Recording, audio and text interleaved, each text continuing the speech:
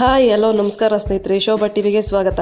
ಬನ್ನಿ ಫ್ರೆಂಡ್ಸ್, ಇವತ್ತಿನ ಶುರು ಮಾಡೋಣ. ಸೊ ಇವತ್ತಿನ ವಿಡಿಯೋ ನೋಡೋದಾದರೆ ಗೃಹಲಕ್ಷ್ಮಿ ಯೋಜನೆಯ ಒಂದು ಕಂತು ಹಣ ಬಂದಿದ್ದವ್ರಿಗೆ ಸೊ ಏನು ಕಾರಣ, ಏನು ಸಮಸ್ಯೆ ಆಗಿದೆ, ಸೊ ಅದಕ್ಕೆ ಪರಿಹಾರ ಏನು ಮಾಡ್ಕೋಬೇಕು ಸೊ ಅನ್ನೋದನ್ನ ಈ ವಿಡಿಯೋದಲ್ಲಿ ಪೂರ್ತಿಯಾಗಿ ಮಾಹಿತಿ ತಿಳ್ಕೊಳ್ಳೋಣ. ಸೊ ಅದಕ್ಕೂ ಮುಂಚೆ ನೀವೇನು ಮಾಡಬೇಕು ಅಂದರೆ ವಿಡಿಯೋನ ಪೂರ್ತಿಯಾಗಿ ನೋಡಬೇಕು. ಸೊ ಎಲ್ಲೂ ಕೂಡ ಸ್ಕಿಪ್ ಮಾಡದೆ ಪೂರ್ತಿಯಾಗಿ ವಿಡಿಯೋ ನೋಡಿ. ಬನ್ನಿ ಫ್ರೆಂಡ್ಸ್, ವಿಡಿಯೋ ಸ್ಟಾರ್ಟ್ ಮಾಡೋಣ. ಸೊ ಅದಕ್ಕೂ ಮುಂಚೆ ನೀವೇನಾದ್ರು ನಮ್ಮ ಚಾನಲ್ ಇನ್ನೂ ಸಬ್ಸ್ಕ್ರೈಬ್ ಮಾಡಿಲ್ಲ ಅಂದರೆ ನಾವು ಸಬ್ಸ್ಕ್ರೈಬ್ ಮಾಡಿ, ಮತ್ತು ಈಗ ಆಲ್ರೆಡಿ ಸಬ್ಸ್ಕ್ರೈಬ್ ಮಾಡಿದ್ದೀರಾ ಅಂದರೆ ತುಂಬ ಥ್ಯಾಂಕ್ಸ್ ಹೇಳ್ತಾ ವಿಡಿಯೋನ ಸ್ಟಾರ್ಟ್ ಮಾಡ್ತಾಯಿದ್ದೀನಿ. ಸೊ ಗೃಹಲಕ್ಷ್ಮಿ ಯೋಜನೆಯ ಹಣ ಸಾಕಷ್ಟು ಮಹಿಳೆಯರ ಖಾತೆಗೆ ನಿರೀಕ್ಷೆಯಂತೆ ಗೃಹಲಕ್ಷ್ಮಿ ಯೋಜನೆ ಹಣ ಮಾತ್ರ ಜಮಾ ಆಗ್ತಾ ಇಲ್ಲ. ಸೊ ಅದಕ್ಕೆ ಕಾರಣ ಏನು? ಸೊ ಬನ್ನಿ ಫ್ರೆಂಡ್ಸ್ ನೋಡೋಣ. ಸೊ ಈಗ ಆಲ್ರೆಡಿ 90% ಮಹಿಳೆಯರಿಗೆ ಗೃಹಲಕ್ಷ್ಮಿ ಯೋಜನೆ ಹಣ ಸಿಗ್ತಾ ಇದೆ, 2,000 ರೂಪಾಯಿ ಸಿಗ್ತಾ ಇದೆ. ಸೊ ಆದರೆ ಇನ್ನೊಂದಷ್ಟು ಮಹಿಳೆಯರಿಗೆ ಒಂದು ಕಂತು ಕೂಡ ಹಣ ಬರ್ತಾ ಇದೆ. ಸೊ ಒಂದು ಕಂದಾದರೂ ಬಂದಿದೆಯಾ ಅಂತ ಚೆಕ್ ಮಾಡೋದಕ್ಕೆ ತಮ್ಮ ಖಾತೆಯನ್ನು ಚೆಕ್ ಮಾಡ್ಕೊಳ್ತಾ ಇದ್ದಾರೆ. ಸೊ ಆದರೆ ಅವ್ರಿಗೆ ಹಣ ಬರ್ತಾ ಇಲ್ಲ.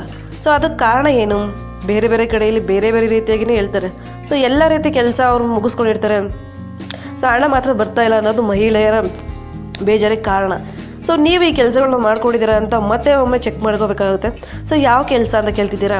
ಸೊ ನಿಮ್ಮ ಖಾತೆಗೆ ಹಣ ಜಮಾ ಆಗ್ತಿಲ್ಲ ಅಂದರೆ ಮೊದಲು ನೀವು ಏನು ಮಾಡಬೇಕು ಅಂದರೆ ಅದಕ್ಕೆ ನೀವು ಮಹಿಳಾ ಮತ್ತು ಮಕ್ಕಳ ಕಲ್ಯಾಣ ಇಲಾಖೆಗೆ ಭೇಟಿ ನೀಡಿ.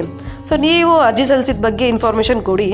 ಅದಾದ ನಂತರ ನಿಮ್ಮ ರೇಷನ್ ಕಾರ್ಡ್ ಮತ್ತು ಆಧಾರ್ ಕಾರ್ಡ್ ಮತ್ತು ಅರ್ಜಿ ಸಲ್ಲಿಸಿದ್ರಲ್ಲ ನಂತರ ಸಿಕ್ಕಿರುವ ಸ್ವೀಕೃತಿ ಇದಿತ್ತಲ್ಲ ಲೆಟರು, ಸೊ ಅದನ್ನು ಕೂಡ ತೆಗೆದುಕೊಂಡು ಹೋಗಿ ಅವುಗಳನ್ನ ಕೂಡ ಕೊಡಬೇಕು. ಸೊ ಆಗ ನಿಮ್ಮ ಖಾತೆಯನ್ನು ಪರಿಶೀಲನೆ ಮಾಡ್ತಾರೆ. ಸೊ ಗೃಹಲಕ್ಷ್ಮಿ ಯೋಜನೆ ಅರ್ಜಿಗೆ ಸಲ್ಲಿಕೆ ಆಗಿದೆಯೋ ಇಲ್ವೋ ಎಂಬುದನ್ನು ಮೊದಲು ತಿಳಿದುಕೊಳ್ಳಿ.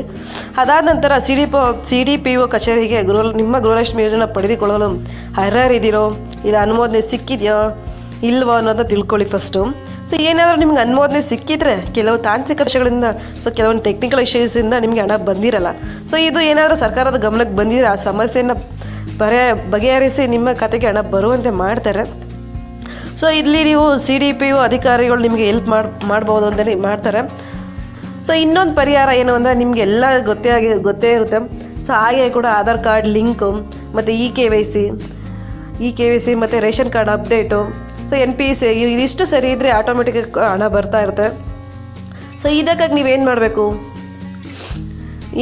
ನಿಮ್ಮ ಬ್ಯಾಂಕ್ ಖಾತೆ ಎಲ್ಲಿ ಇರುತ್ತೋ, ಸೊ ಯಾವ ಶಾಖೆಯಲ್ಲಿ ಇರುತ್ತೋ, ಅದಲ್ಲಿ ಕೆನರಾ ಬ್ಯಾಂಕ್, ಇಲ್ಲ ಕಾರ್ಪೊರೇಷನ್ ಬ್ಯಾಂಕ್, ಸೊ ಯಾವ ಇದರಲ್ಲಿ ಇರುತ್ತೋ ಸೊ ಅಲ್ಲಿಗೆ ಹೋಗಿ ನಮ್ಮ ಖಾತೆ ಹಣ ಬಂದಿಲ್ಲ, ಸೊ ಹಾಗಾಗಿ KYC ಅಪ್ಡೇಟ್ ಮಾಡಿಕೊಡಿ, ಇಲ್ಲ NPC ಮ್ಯಾಪಿಂಗ್ ಆಗಿದೆಯೋ ಇಲ್ವೋ ಎಂಬುದನ್ನು ಚೆಕ್ ಮಾಡಿ ಫಸ್ಟು.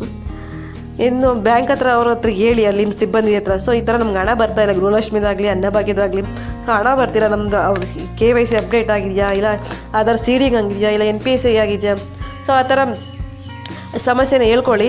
ಅದನ್ನು ತಕ್ಷಣ ಅವರು ಅಪ್ಡೇಟ್ ಮಾಡಿಸ್ಕೊಳ್ಳಿ. ಮುಂದಿನ ಕಂತು ಹಣ ಬರೋಕ್ಕೆ ನಿಮ್ಗೆ ಹೆಲ್ಪ್ ಆಗುತ್ತೆ ಅಂತಲೇ ಹೇಳ್ಬೋದು.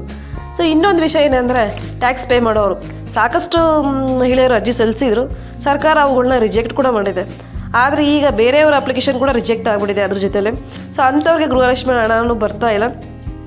ನೀವೇನಾದರೂ ನಿಮ್ಮ ಹೆಸರು ಕೂಡ ಆ ಲಿಸ್ಟಲ್ಲಿ ಇದ್ದರೆ ಅದನ್ನು ತಿಳಿದುಕೊಂಡು ನಿಮ್ಮ ಆದಾಯ ತೆರಿಗೆ ಕಟ್ತಾ ಇಲ್ಲ ಅನ್ನೋದನ್ನ ಒಂದು ದೃಢೀಕರಣ ಪ್ರಮಾಣ ಪತ್ರ ಲೆಟ್ರನ್ನ ಕೊಟ್ಟು ಮತ್ತು ಸರಿಪಡಿಸ್ಕೊಳ್ಳಿ. ನೀವು ಏನಾದ್ರು ನೀವು ಆದಾಯ ಕಟ್ತಾ ಇಲ್ಲ ಅಂತ ಇದ್ದರೆ ಆ ಲೆಟ್ರನ್ನ ಕೊಟ್ಟು ನಾವು ಸರಿಪಡಿಸ್ಕೋಬೋದು.